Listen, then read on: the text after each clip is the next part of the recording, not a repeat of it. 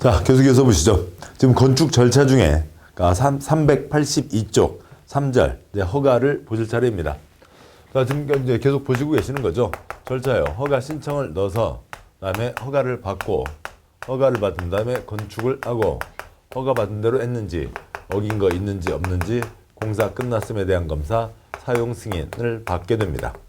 자, 허가 신청에 앞서는 그 사전 심의 신청과 사전 결정 신청이 있었던 거였고요. 그다음 이제 허가가 오게 되죠. 그러니까 동그라미 1번. 그러니까 뭐 동그라미 1번 일반 내용 생략하고요. 동그라미 2번. 허가권자는 건축 허가를 했으면 허가서를 신청인에게 발급한다. 동그라미 2번. 허가를 받은 경우 국토계획법 개발행위 허가 등 21개 법률에 관련 허가 등을 받거나 신고한 것으로 본다 라고 되어 있고요. 뭐 한방에 처리해준다 원스톱 서비스 규정이 있죠. 동그라미 4번. 건축주는 이제 개인은 허가를 받거나 신고한 사항을 변경하려면 원칙적으로 이를 변경하기 전에 허가권자의 허가를 받거나 특특 시공국에게 신고해야 된다 라고 되어 있죠. 그러니까 허가받은 거 변경하려면 변경하기 전에 그 변경하는 사항에 대해서 관청에게 검토받은 적 없잖아요. 그래서 변경하기 전에 변경 허가를 받아야 되고 그러니까 변경하기 전에 변경 신고를 해야 되는 겁니다. 그게 원칙. 그다음에 그 점, 그에 대한 예외 있는데 그 예외는 생략하도록 하죠. 그러니까 동그라미 5번. 그러니까 건축주, 시공자, 감리자를 변경하는 경우 신고해야 한다. 그리고 건축주, 설계자, 시공자, 감리자를 관계자라고 하는데 그러니까 건축 중에 뭐 사람이 바뀔 수 있죠. 건물 중간에 사갈 수 있습니다. 건축주 변경, 시공자 변경, 감리자 변경. 그러니까 문제가 생기면 관계자를 엄중 문책한다. 관계자가 어떻게 돼 있는지 관청에서 알고 있어야 되죠. 관계자 변경했으면 신고하는 겁니다.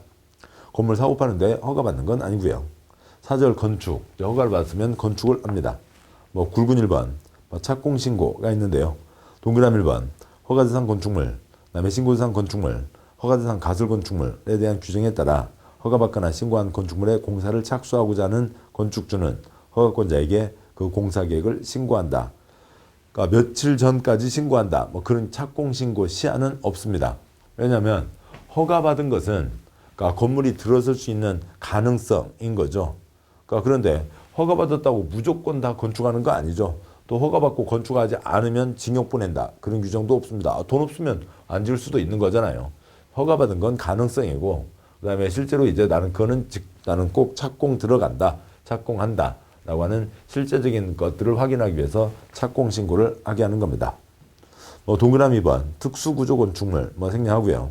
뭐 동그라미 3-1번 특수구조 건축물을 건축하거나 대수하려는 건축주는 착공 신고하기 전에 허가권자에게 해당 건축물의 구조 안전에 대해서 지방건축인의 심의를 신청해야 된다라고 하는 게 있습니다. 역시 세부적인 사항으로 생략하도록 하죠. 다음 굵은 2번 건축 공사 현장 안전관리 예치금이 있습니다. 뭐 내용을 들으시면 이름 외우는 것도 훨씬 쉽겠네요. 건축 공사를 하는 현장은 어떻게 관리를 해야 돼요? 안전하게 잘 관리를 해야죠. 그런데 안전하게 관리를 잘 할지 안 할지 못 믿겠다. 꾀꼬리 돈 못 알아 라고 하는 게 예치금입니다. 그러겠죠. 표로 보시면 그러니까 국민 누구나도 법 지켜야 되죠. 근데 여기서 지켜야 될 것은 유해 방지 조치. 공사를 중단했으면 울타리 치고 사람들 못 들어가게 해야죠. 그런 것도 없으면 애기들 학교 갔다 오다가 야 저기 뭐가 벽돌 쌓여있네, 쇠파이프 있네, 그것 갖고 장난하다가 다치거나 그럴 수가 있습니다. 유해방지 조치를 해야 되는데 안 하고 있으면 그러니까 울타리 치세요 명령을 때리겠죠. 근데 그러면 지금이라도 이행해야 되는데 이행하지 않고 있으면 네가 안 하면 관청에서라도 대신하겠다. 대집행 들어가는 거죠. 대집행하는데 돈 들잖아요. 우리 세금으로요? 아니죠. 그러니까 이 사람이 돈을 내야 되는 거죠. 하고 나서 이 사람에게 돈을 받아내야 되는 건데 그러니까 이 사람이 돈 내기가 또 돈 받는 게 복잡할 수 있잖아요. 공사도 안 하고 지금 건축주가 도망가 있다고요. 근데 관청에서 대집행하고 그 돈 내놓으셔. 건축주가 도망다니던 건축주가 대집행하는데 얼마 들었어요? 이 돈 갖다 내고 또 도망다닐 그런 건축주는 별로 없잖아요. 그러니까 미리 묻어두게 한 겁니다. 그래서 나중에 문제없이 잘 끝나면 그러면 돌려주면 되고 문제가 있으면 그때 쓰기 위해서 미리 묻어두게 하는 게 예치금이죠. 됐습니다. 취지 아셨으면 됐고 이행보증금과 비슷한 취지인 거죠. 국토계획법의 개발행위 이행보증금과 비슷한 취지입니다. 뭐 하나 남았네요. 그러니까 연면적 1000제곱미터 이상 건축하는 건축주에게 1% 공사비의 1%를 묻어두게 하는 겁니다. 그러니까 동그라미 1번 그러니까 건축물의 공사 시공자는 공사 현장 유해 방지에서 필요한 조치를 해야 되고 건축 허가 받은 자는 공사를 중단하고 장기간 공사 현장을 방치할 경우 미관 개선, 안전관리 등 필요한 조치를 하여한다. 동그라미 2번 허가권자는 연면적 1000제곱미터 이상 건축물로 해당 지방자치단체 조례로 정하는 건축물에 대해서는 착공신고를 하는 건축주에게 장기간 건축물의 공사 현장이 방치되는 것에 대비해서 미리 미관 개선, 안전관리에 필요한 비용, 예치금을 공사비의 1% 범위에서 예치하게 할 수 있다. 첫 번째 점 생략하고요. 두 번째 점 위 건축주에서 굵게 밑줄 토주택공사와 지방공사는 제외한다. 즉 이들은 공적 주체를 믿을 수 있으니까 공적 주체는 예치하지 않는다는 겁니다. 그 다음에요. 동그라미 3번 개선 명령할 수 있고 동그라미 4번 안 하면 대집행 들어가고 그 돈을 사용한다는 거죠. 동그라미 6번 허가권자는 착공신고 이후 건축 중에 공사가 중단된 건축물로 공사 중단 기간이 2년을 경과한 경우에는 건축주에게 서면으로 고지한 후 예치금을 사용하여 공사 현장 미관, 안전관리 개선을 위한 다음 조치를 할 수 있다라고 되어 있습니다.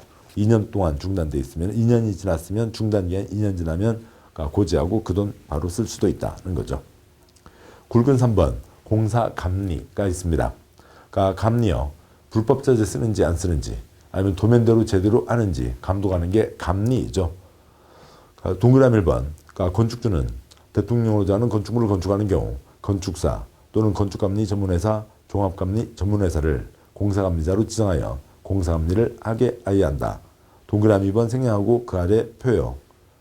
건축법에서는 건축주가 감리자를 지정하네요. 그 아래 표 옆으로 5칸인데 그 중에 네 번째 칸이요. 건축법은 지붕이 있으면 건축물 1년에 10만 건이 넘는 건축행위가 이루어집니다. 자, 그런데 그걸 다 관청해서 감리자를 집어넣을 수가 없죠. 소규모도 있으니까 건축주가 감리자를 지정하는 겁니다. 그러니까 자격증만 있으면 자기 사돈 불러도 문제가 없다고요. 그런데 두 번째 칸, 세 번째 칸 개발사업, 정비사업 덩어리가 큰 공익사업이죠. 관청에서 감리자를 집어넣는 겁니다. 다섯 번째 칸 주택법 사익사업이지만 덩어리가 큰 사업이죠. 관청에서 감리자를 집어넣는 겁니다. 다음에 5절 사용승인이 있었습니다. 전체 끝났음에 대한 검사가 사용승인이고요. 그러니까 부분 끝났음에 대한 검사, 부분 검사 받는 것을 임시 사용승인이라고 합니다. 그냥 전체 검사, 부분 검사 그래도 되겠습니다만 이렇게 표현을 하고 있고요. 그 다음에요. 그 표에서 밑에서 둘째 줄이 건축법입니다. 먼저 그 말씀 드리면 건축법 전체 끝나고 사용승인 받아서 쓰는 건데 뭐로도 사용승인 받을 수가 있냐면 동별로도 사용승인 받을 수가 있고 사용승인 신청 들어오면 7일 내 검사에 들어가는 겁니다. 검사기간이 몇 달 걸릴지는 알 수가 없는 거죠.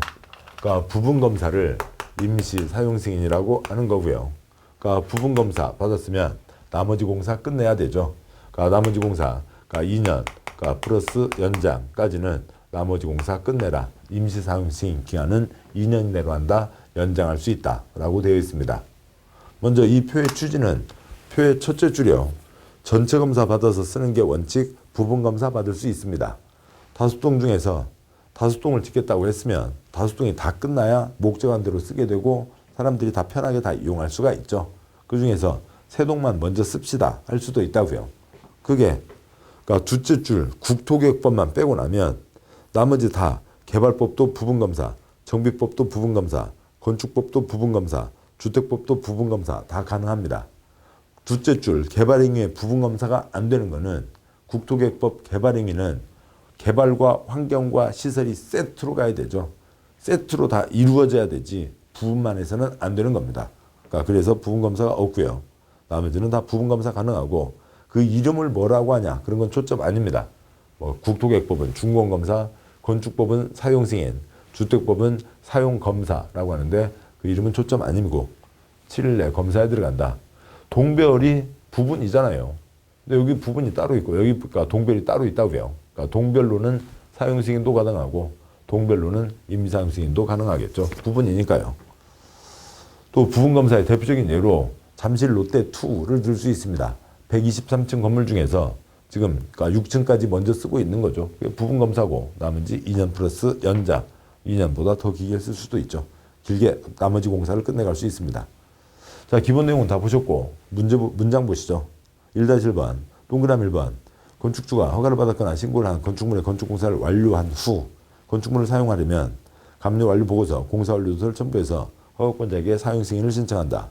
한 해 대지에 둘 이상 건축물을 건축하는 경우, 동별 공사를 완료한 경우에도 사용 승인 신청할 수 있다. 동그라미 2번. 허가권자는 사용 승인 신청을 받은 경우 7일 내 다음 사항에 대한 검사를 실시하고 쉼표, 검사에게 몇 달 걸릴지 알 수가 없는 겁니다. 7일 내 검사에 들어가는 거고 검사가 몇 달이 걸리더라도 검사에 합격된 건축물에 대해서 사용 승인서를 내준다라고 하는 거죠. 뭐 동그라미 3번은 다섯째 줄 끝에 있는 원스톱 서비스 그 취지입니다. 보시죠. 그러니까 뭐 똑같은 말입니다. 여기가 지금 건축 허가잖아요. 건축 허가고 건축에 대한 사용 승인을 받은 겁니다. 그러니까 이때도 원스톱 서비스가 가능한 거죠. 또 이때도 역시 원스톱 서비스가 가능합니다. 건축 허가 신청 때 개발행위 허가 신청에 개발행위 허가를 받는데 필요한 국토계획법, 개발행위, 농지전용 허가 등에 대해서요. 그 허가 받는데 필요한 서류를 같이 넣는 거죠. 그러면 개발행위 허가, 농지전용 허가 받은 것으로 본다. 한 방에 처리해 준다가 됐습니다. 그러면은 건축법의 사용 승인을 받는 거죠. 국토계획법 개발행위가 끝나면 그 개발행위가 끝난 준공검사를 받아야 되는 거죠. 준공검사를 받아야 되니까 준공검사 받는데 필요한 서류를 사용승인 신청 때 여기도 그 서류를 같이 낼 거고요. 사용승인 신청 때 개발행위 마무리에 따른 준공검사가 신청에 필요한 서류도 같이 내는 거고 같이 검토해서 사용승인서를 내주면 국토계획법 개발행위에 따른 준공검사를 받은 것으로 본다. 그냥 뭐 농지법은 빼고 얘기를 드리면 그대로 이어지는 거죠. 개발행위 허가 신청 같이 넣고 개발행위 허가 같이 떨어진 것으로 본다. 개발행위에 따른 준공검사 신청 서류 같이 넣고 개발행위에 따른 준공검사 떨어진 것으로 본다가 되는 거죠. 같이 이어지는 절차들입니다. 다음 쪽이요. 1-2번 임시 사용 승인이 있습니다. 부분 검사를 얘기하는 거죠. 동그라미 1번 건축주는 사용 승인서 교부받기 전에 공사 완료된 부분에 대한 임시 사용 승인 얻고자 하는 경우 신청서를 허가권자에게 제출한다. 뭐 동그라미 2번 일반적인 얘기들 빼고요. 첫 번째 점, 두 번째 점이요. 임시 사용 승인 기간은 2년 이내로 한다. 다만 허가권자는 대형 건축물, 공사 기간이 장기간인 건축물에 대해서는 기간을 연장할 수 있다. 2년에 몇 년 없고요. 2년 또 몇 번 그거 없습니다. 그냥 2년의 연장으로 되어 있어요. 자, 여기까지 해서 건축 절차가 다 마무리가 된 거죠. 여기까지 보셨습니다. 이제 그 다음은 이제 건축과 관련한 이제 주에 이제 장부로 가기 전에 행정청에 이러저러한 업무들이 있습니다. 그 별표 참고하시면 되겠고요. 내용들 많지 않죠. 동그라미 1번 허가권자는 건축 허가 현황 등을 국토부 장관 시도지사에게 보고하고 그렇게 전자정보 처리 시스템에 따라 처리된 자료를 승인받아 이용하는다는 사용료를 내야 된다. 동그라미 2번 행정청은 건축 종합 민원실을 설치 운영한다. 동그라미 3번 셋째 줄여 행정청은 건축 지도원을 지정할 수 있다. 동그라미 4번 특특 시군구는 건축물의 소유, 이용, 유지 관리 상태를 확인하거나 건축정책 기초자료로 활용하기 위해서 다음에 해당하면 건축물 대장에 그래서 건축물 대지 현황, 건축물의 구조에 관한 정보를 적어서 보관해야 된다. 이건 예외니까 지우고 보면요. 여기까지가 왔죠. 참고로 또 하나는 여기까지는 동산이죠. 부동산이 아닙니다. 건축물이 아니죠. 그러니까 시멘트 몰에 물 자갈 쇠파이프가 엉겨 있을 뿐입니다. 따로따로 분류된 얘기도 하고 엉겨 있기도 한 거죠. 이걸 받아서 공법의 안덩어리가 됐고 공법의 장부, 건축물 대장에 올리게 되죠. 그리고 민법상의 장부, 등기부에 올리게 되고 그래서 분양 임대하게 되는 겁니다. 동그라미 4번, 작은 1번 사용승인서를 내줬으면 건축물 대장에 적어서 보관한다 등이 있습니다. 동그라미 5번 특특 시군구는 다음 사유로 건축물 대장 기진행이 변경되는 경우에는 등기소에 등기를 촉탁할 수 있다. 1번 지방 행정구역 명칭 변경, 2번 사용승인 받은 건축물로 사용승인 내용의 면적 구조 용도 층수의 변경, 3번 철거 신고에 따라 철거, 4번 멸시 신고에 따른 멸시로 멸시 신고 등이 있습니다. 그러면 등기부도 바꿔야 되는 거죠. 취재 하나는 작은 2번에 신규 등록은 관청에서 등기 촉탁하는 게 아니라 최초 소유자가 보존 등기한다 라고 되어 있죠. 그건 이제 등기법 내용입니다. 자, 사용승인 받은 후에 잘 유지 관리해야 되죠. 3-1번 정기점검과 수지점검이 있고요. 동그라미 1번 첫 번째 점, 건축물 소유자 관리자는 건축물과 대지, 건축 설비를 법 규정에 적합하도록 유지 관리해야 한다. 당연한 얘기고요. 동그라미 3번 건축물 소유자 관리자는 해당 건축물을 사용승인 기준으로 10년이 지난 날부터 2년마다 한 번 정기점검을 해야 한다. 그러니까 10년 지나면 2년마다 한 번 정기점검. 뭐 대상이 정해져 있습니다. 뭐 1번 다중이용, 그러니까 2번 집합건물법 적용받는 집합건축물로 3,000제곱미터 이상, 3번 다중이용업 용도로 쓰는 건축물, 4번 준 다중이용 건축물 중 특수구조 건축물 등이 있습니다. 뭐 대상까지 외울 일은 아니고요. 동그라미 5번 정기점검 대상 건축물의 소유자 관리자는 화재 침수 재해 재난으로부터 건축물 안전을 확보하기 위해서 필요한 경우 그러니까 조례로 정하는 바에 따라 수지점검 실시한다. 10년 지나고 2년마다 한 번 정기점검, 그다음에 필요하면 수지점검을 한다는 거죠. 3-2번 생략하고요. 3-3번 철거와 멸실 신고가 있습니다. 동그라미 1번 소유자 관리자는 건축물을 철거하려면 철거 예정일 7일 전까지 특특 시공구역에 신고해야 된다. 철거는 내가 뜻을 갖고 내 뜻으로 철거를 하는 거니까 미리 신고를 해야죠. 철 며칠 전까지요? 7일 전까지요. 동그라미 2번 소유자 관리자는 건축물이 제1로 멸실된 경우 멸실 후 30일 이내에 신고해야 된다. 어디 놀러 갔다 왔더니 큰 물 져서 집이 떠내려갔네요. 아, 우리 집 없어졌네. 신고하러 가야지. 그럴 사람이 몇 명이나 있어요. 우선 앉아서 아이고부터 하잖아요. 아이고 세 글자 며칠요? 30일 내에 신고하는 겁니다. 자, 여기까지 해서 건축 절차 내용들도 다 같이 마무리가 됐습니다. 자, 다음은 이제 4장으로 가시죠. 4장에 특별건축구역 등 그다음에 건축협정 내용이 있는데요. 먼저 큰 목차 보시면 1번에 특별건축구역이 있는데 디자인 자유구역, 그러니까 그 국토부에서 쓰는 용어를 떠올리시면 좋겠고, 2번 특별가로구역은 가로, 길거리 옆으로 해서 멋진 카페거리를 만들자는 뜻입니다. 3번은 건축협정이 있습니다. 먼저 굵은 1번 특별건축구역인데, 그러니까 넘어가셔서 그림 먼저 잠깐 보고 오시죠.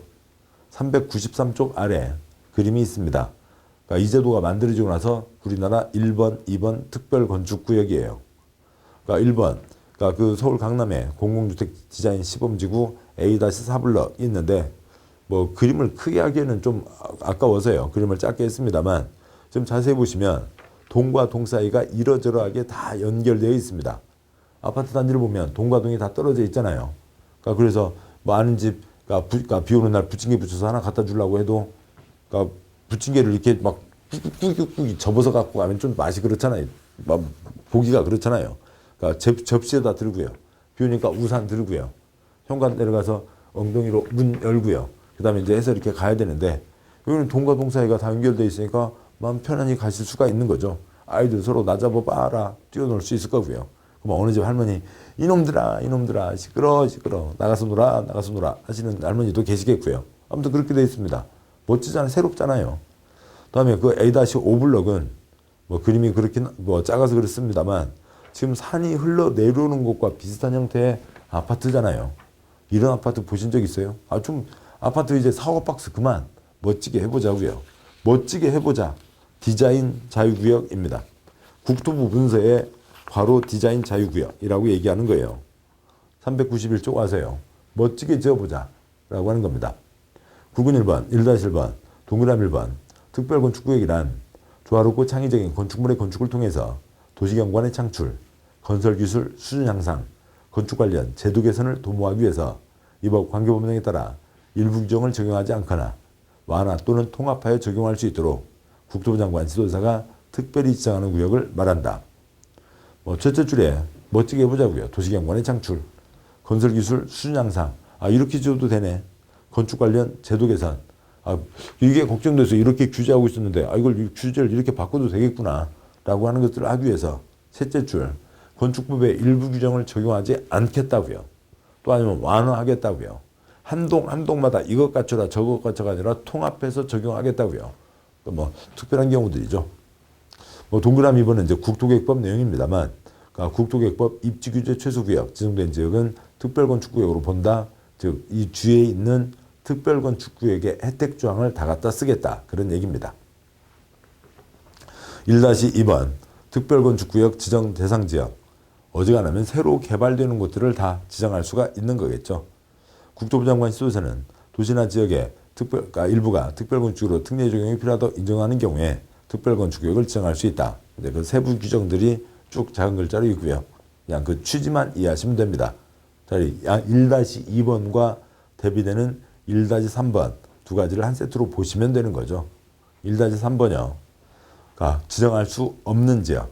다음 지역 구역 등에 대해서는 유기정에 불구하고 특별건축구역으로 지정할 수 없다. 왜요? 보전 땅이니까. 여기는 콘크리트 꿈도 꾸지마 하는 곳인데 거기다 멋지게 지어보자. 특별건축구역을 지정할 수는 없는 거죠.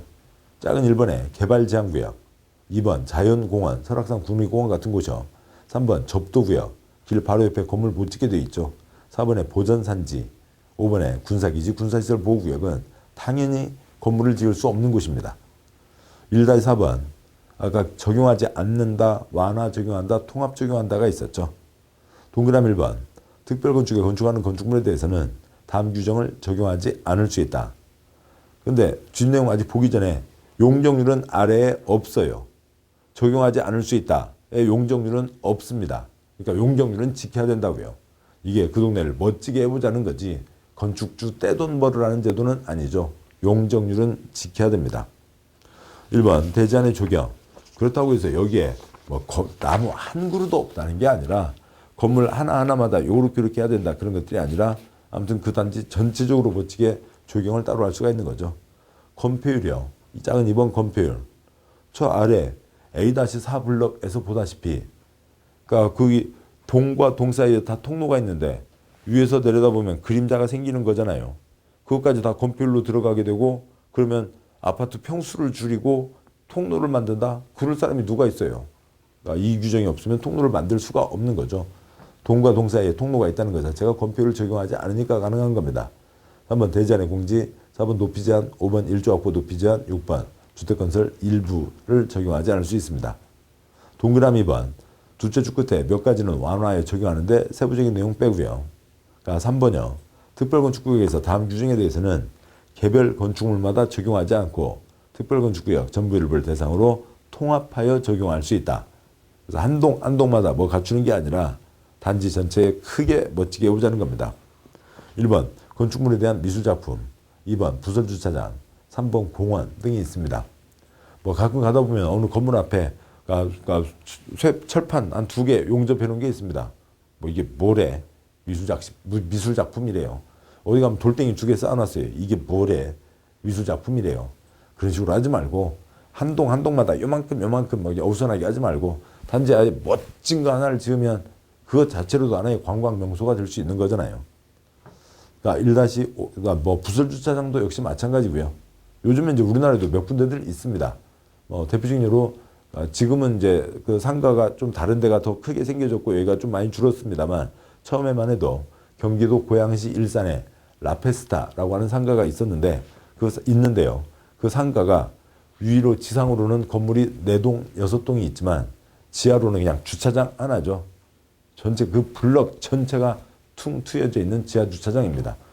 어느 자리로 올라와도 동마다 통로가 있어서 다 서로들 연결할 수가 있는 그런 주차장을 만들어 보자. 공원도 비슷한 취지입니다. 1-5번형 그러니까 특별건축구역 지정 변경한 경우 국토계획법에 따른 도시군관리계획 결정이 있는 것으로 본다. 단 용도지역, 용도지구, 용도구역 지정 변경이 있는 것으로는 보지 않는다고 되어 있습니다. 특별건축구역 특별하게 하자는 거죠. 국토부 장관, 지도자가 결정을 하는 겁니다. 그러면 도시군관리계획 몇 가지 사항들 같이 처리하겠다고요. 그런 겁니다. 같이 처리한다. 뭐 용용용 입지 기계정 중에서 지구단위계획, 기반시설, 개발사업, 정비사업과 관련된 것들은 같이 처리하겠다라고 하는 겁니다. 그런데 용도지역, 용도지구, 용도구역은 그것까지는 건축법에서 손댈 수는 없는 거고요. 그다음에 이제 빠져 있습니다만 입지규제 최소구역은 국토계획법에 딴 법에서는 손도 대지 마라. 오로지 국토계획법, 국토부 장관만이 알아서 가겠다라고 하는 규정이 따로 있는 거죠. 자, 여기까지가 디자인 자유구역, 그 다음에 특별건축구역입니다. 다음에요. 394쪽에 굵은 2번 특별 가로구역이 있습니다. 지금 보셨던 여기 특별 건축구역이 있었던 거였고요. 특별 건축구역은 누가 지정하는 거였고요. 국토부 장관, 시도지사가 지정하는 거였죠. 어느 구역을 정해서 꼭 네모 반뜨다라는 법은 없습니다만 거기를 멋지게 디자인 자유구역입니다. 특별 가로구역은 곧 보겠습니다만 국토부 장관이나 허가권자가 지정합니다. 허가권자가 기본이 누구예요? 시군구 등을 얘기하는 거죠. 그냥 시군구라고 해도 되고요. 여기는 뭐냐면 어디에 큰 길이 있다고 치죠. 큰 길이 있으면 길가 땅 주변을 정하는 겁니다. 이 길 주변이요.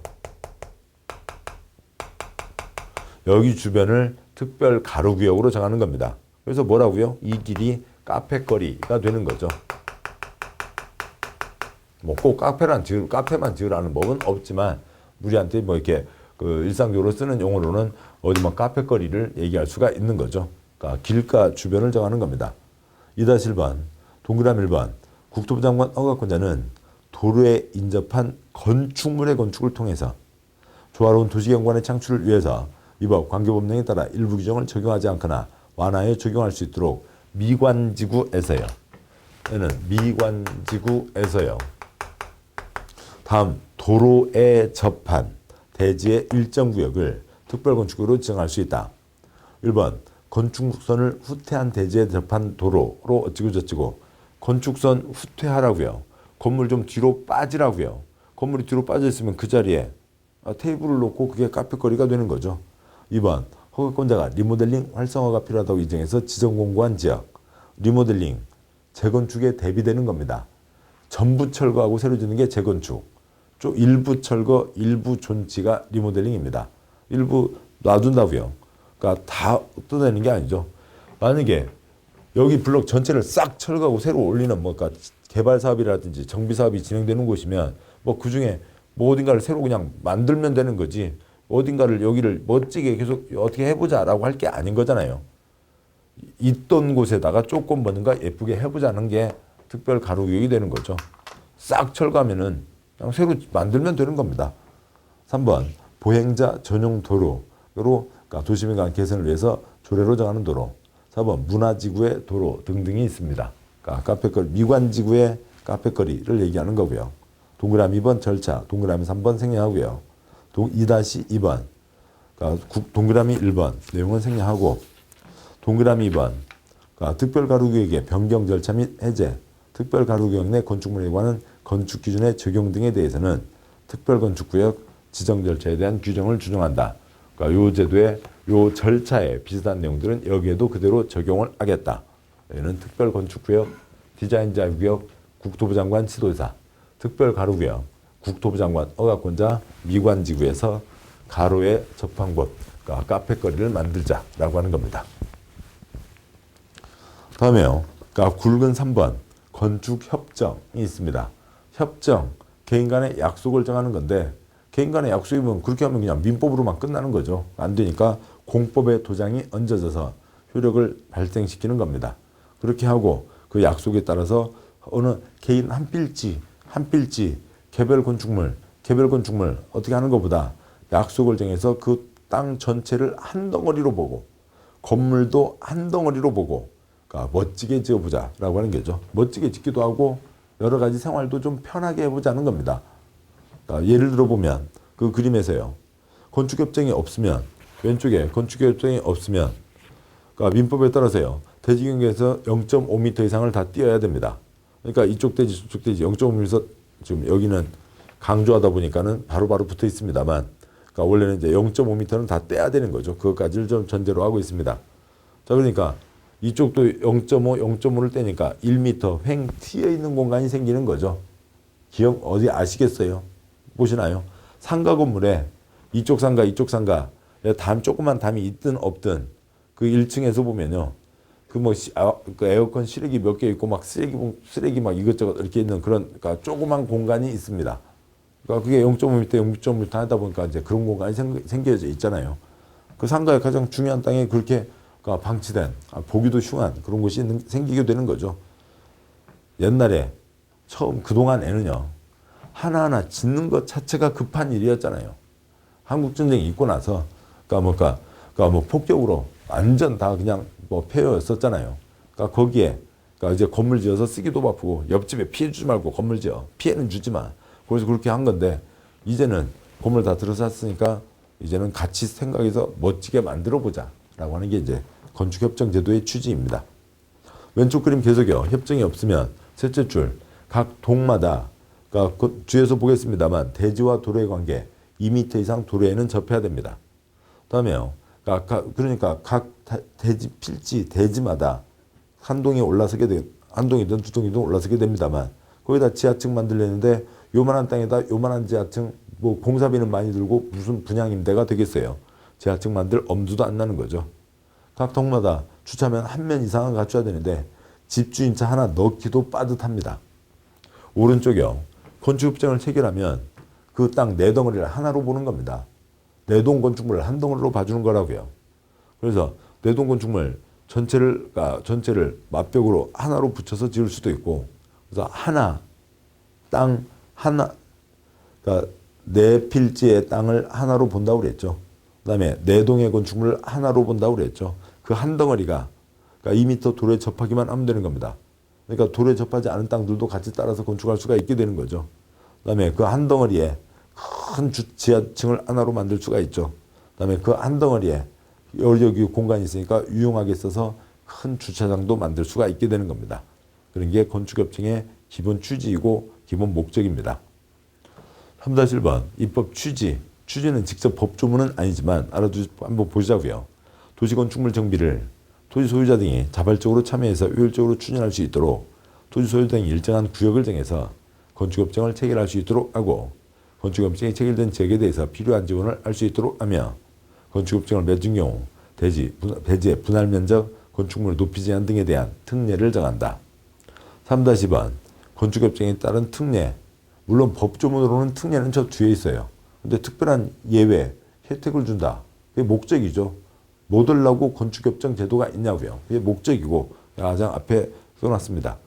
동그란 1번 건축협정을 체결해서 두산 건축물 벽을 맞벽으로 하여 건축하려는 경우 맞벽으로 건축하려는 자는 공동으로 건축허가를 신청할 수 있다.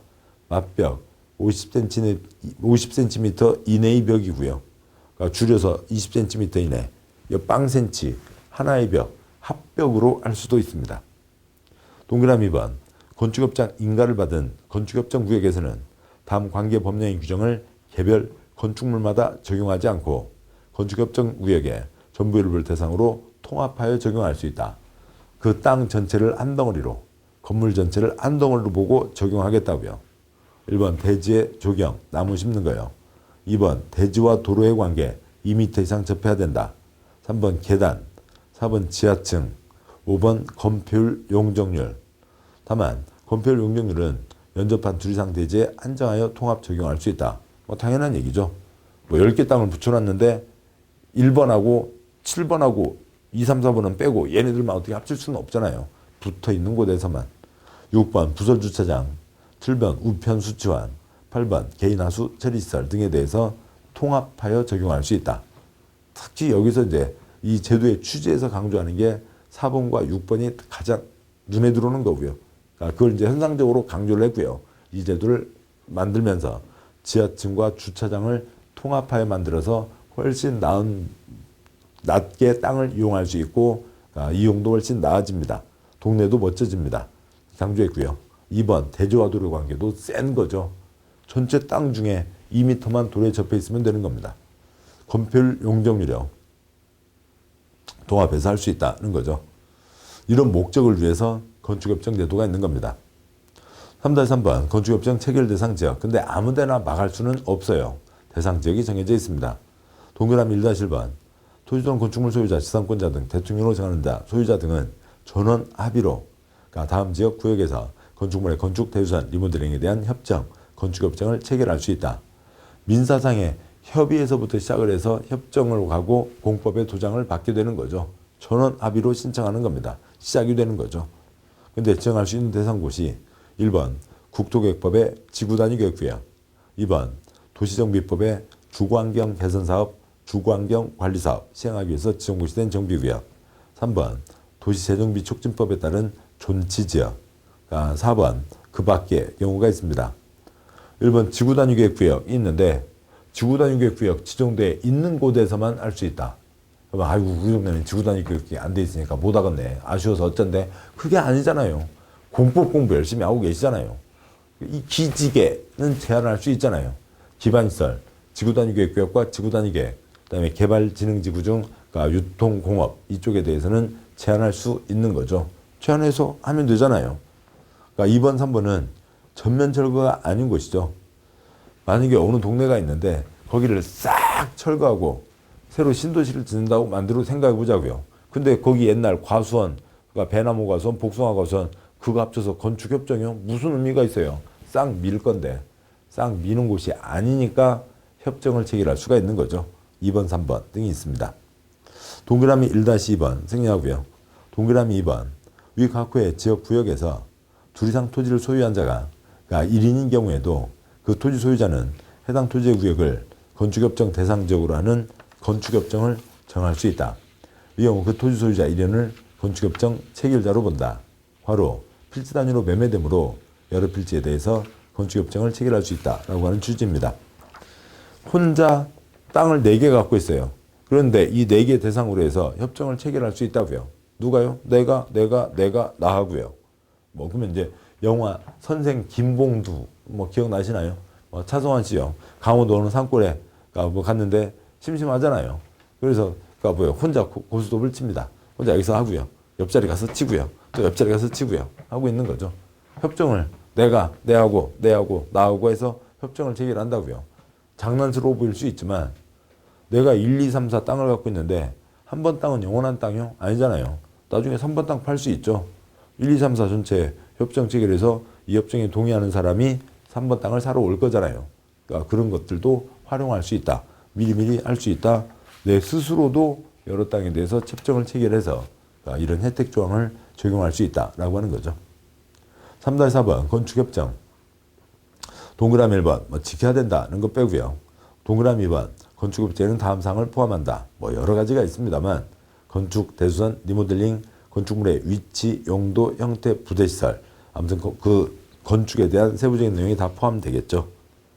동그라미 3번 소유자 등의 건축협정 체결하면 협정서를 작성하고 협정서에는 다음 사항이 명시되어야 한다라고 하는 게 있습니다. 거기에 작은 7번으로 건축협정의 유효기간과 제재에 관한 사항도 포함됩니다. 자, 여기까지는 민법의 합의인 거죠. 3-5번 건축협정의 인가. 협정 체결자, 건축협정 운영회의 대표자는 건축협정서를 작성해서 해당 특특 시장군수구청장의 인가를 받아야 된다. 건축협정 인가권자의 인가를 받아야 된다는 겁니다. 지금 민법이 아니잖아요. 민사상의 합의를 기초로 해서 공법에 도장을 받아야 효력이 생기는 거죠. 그러니까 건축협정 인가를 받는 겁니다. 동그라미 2번, 동그라미 3번 건축협정 인가권자는 건축협정을 인가했을 때에는 그 내용을 공고한다. 알려야죠. 널리 알려야죠. 그래야 나중에 어느 땅 사러 오는 사람이 그 땅이 어떤 조건이 있는지를 알 수 있어야 되는 겁니다. 동그라미 6번 협정 체결자, 협정 운영회의 대표자는 협정을 폐지하려면 협정 체결자 과반 동의를 받아 건축협정 인가권자의 폐지 인가를 받아야 된다. 다만 건축협정에 따른 특례를 적용하여 건축허가를 받고 착공신고를 한 경우에는 대통령령으로 정하는 기간이 경과한 후에 건축협정의 폐지 인가를 신청할 수 있다고 되어 있습니다. 동그라미 6번 시작은 전원의 합의로 시작을 하죠. 민법에 강제가 안 되니까요. 그렇지만 우리 쪽내자 할 때는 다수의 동의로 끝낼 수 있다고요. 과반 동의로 폐지하는 겁니다. 근데 협정 인가를 받았죠. 폐지하려도 인가를 받아야 된다고요. 폐지 인가를 받아야 됩니다. 자, 그런데 특례를 적용해서 착공신고를 했다고요. 그래서 건축협정에 따르는 아주 좋은 조항은 갖다 쓰고 나서 그 다음에 3일 만에 우리 폐지합니다. 이건 좀 나쁜 사람들이잖아요. 그러니까 착공까지 했으면 일정 기간이 지나서야만 폐지 인가를 신청할 수 있다는 거죠. 그 일정 기간은 아직 정해져 있지 않고 세부적으로 정해지게 될 겁니다. 다음 쪽에 3-6번이요. 건축협정의 효력 및 승계는 뭐 상식적으로 이해할 수 있는 거고요. 그 다음에 3-7번 건축협정에 대한 계획 수립 및 지원. 뭐 동그라미 1번 건축협정 인가권자는 소유자 등이 건축협정을 효율적으로 체결할 수 있도록 건축협정 구역에서 건축물의 건축 대수선 리모델링에 대한 계획을 수립할 수 있다. 동그라미 2번 건축협정 인가권자는 도로개설, 정비 등 협정구역 안에 주거환경 개선을 위한 사업비용의 일부를 지원할 수 있다. 개인들이 협정을 체결하는데 전문가들이 아니어서 뭔가를 놓칠 수 있잖아요. 또 뭐 하는데 어려움이 있을 수 있잖아요. 그것도 도와주고 또 비용도 일부 지원해 주겠다는 겁니다. 381 대제안의 공지규정과 382 규정은 생략하도록 하죠. 왜 그러냐면 이건 건축협정과 연관되어 있는 아주 세부적인 다른 사항들을 얘기합니다. 그래서 이거는 건축협정을 실제로 운영하실 때에는 이러이러한 상황들까지 다 염두에 두어서 이러이러한 혜택 조항들을 다 연결해서 쓸 수 있다라고 하는 그런 취지에서 써놓은 거고요. 뭐 이런 세부적인 사항까지 다 직접 우리 시험범위에 들어올 수는 없습니다. 들어오지는 시험에 출제하지는 않을 가능성이 큽니다. 381, 382 내용은 생략하겠습니다. 자, 여기까지 보셨고요. 그래서요. 지금 이제 건축 절차의 내용들을 보신 거죠. 건축 절차에서 허가 신청, 허가받고 건축하고 사용 승인, 그 유절차가 있었고, 그다음에 특별건축구역, 특별가로구역, 그리고 건축협정 내용까지를 보셨습니다.